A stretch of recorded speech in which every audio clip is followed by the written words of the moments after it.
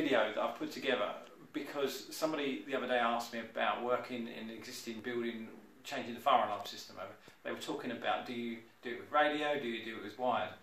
What I said to them is that you can do it with wired and you can do it with radio. It's horses for courses. Now, it made me think about an example where we successfully used a wired system in a building to upgrade it. Now, I've made myself some notes on the board. You won't be able to read that because that's in my scroll. But why? Why did the client want to do it? The client wanted to do it because he wanted to modernise the fire alarm system. It was in a hospice, so it's a very sensitive building, and he wanted to modernise the fire alarm, and he wanted to be able to phase evacuate it. So if you look at the zone chart, for example, he wanted that bit to be able to go off before that bit went off, and then that bit went off, and so on, which he can't do with his conventional fire alarm system. So the challenge in any working building was exacerbated by the fact that this one was a hospice.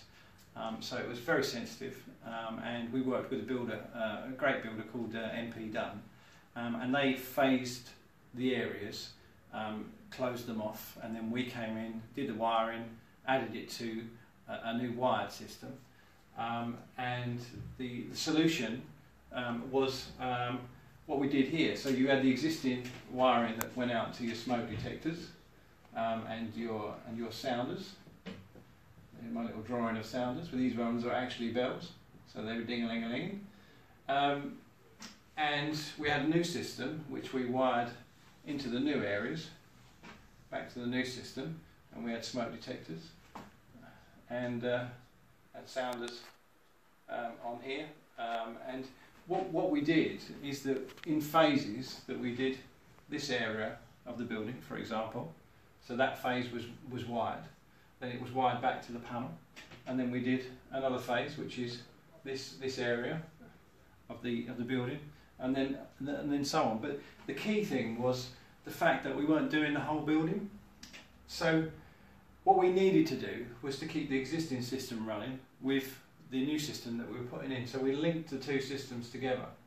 Now we did a little bit more than that. What we actually did is we took out all of the bits and pieces inside the existing system, put in something called interfaces, and the interfaces were on this loop of wiring and connected all the old equipment to this fire alarm system. So by the time we'd finished, you had one new fire alarm panel that was running all of the new equipment in say, for example, an area of the building, whereas this area of the building had the existing system, which was connected via interfaces into the new system. The key for the customer is that this detector, which is a smoke detector, for example, he knows is in the nurses' station.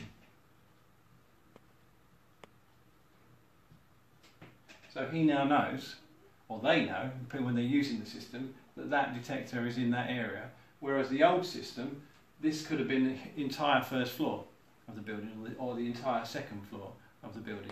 So what he's done is he's moved away from knowing roughly what area it was, as in the top floor, to it's actually that detector outside so-and-so's office. Now, the engineer that did the work, I've just asked him to come in. This is Paul. Oh, yeah. This makes things real simple because I'm Paul, he's Paul. He's just going to explain some of the areas that he did. Yeah, I think the important thing to note is in a live building, and obviously a very sensitive building, you don't have to close off the entire building while you're doing it. You can work on this area, for example. This could be one wing of the hospital, and once all this is installed, you can put a temporary link cable back into the panel, so all of this is then live on your new system.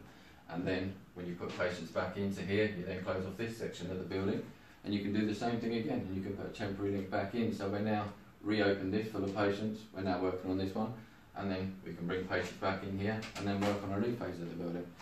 And I think it's just why you're in a live building with nurses and doctors running backwards and forwards, you have to be very sensitive to that, but you can work around them and upgrade your fire system whilst the building is live. So, thank you very much for watching. I hope you got something from what we were talking about today. In fact, it was yesterday and I was wearing a different shirt, but Tom cut the video short, so he said to me, can you finish this today? So, thank you, bye.